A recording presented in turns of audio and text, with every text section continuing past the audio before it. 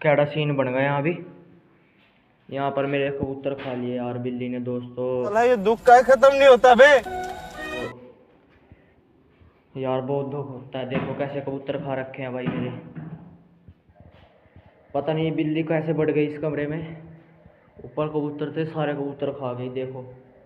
और इस छेक से टप गई भाई साहब।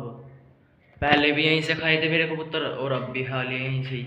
मैंने ऊपर ईंटा भी लगाई थी, जब भी पता नहीं कैसे बिल्ली इसके अंदर आ गई और यहीं से ही चली गई ऊपर। देखो गाइस,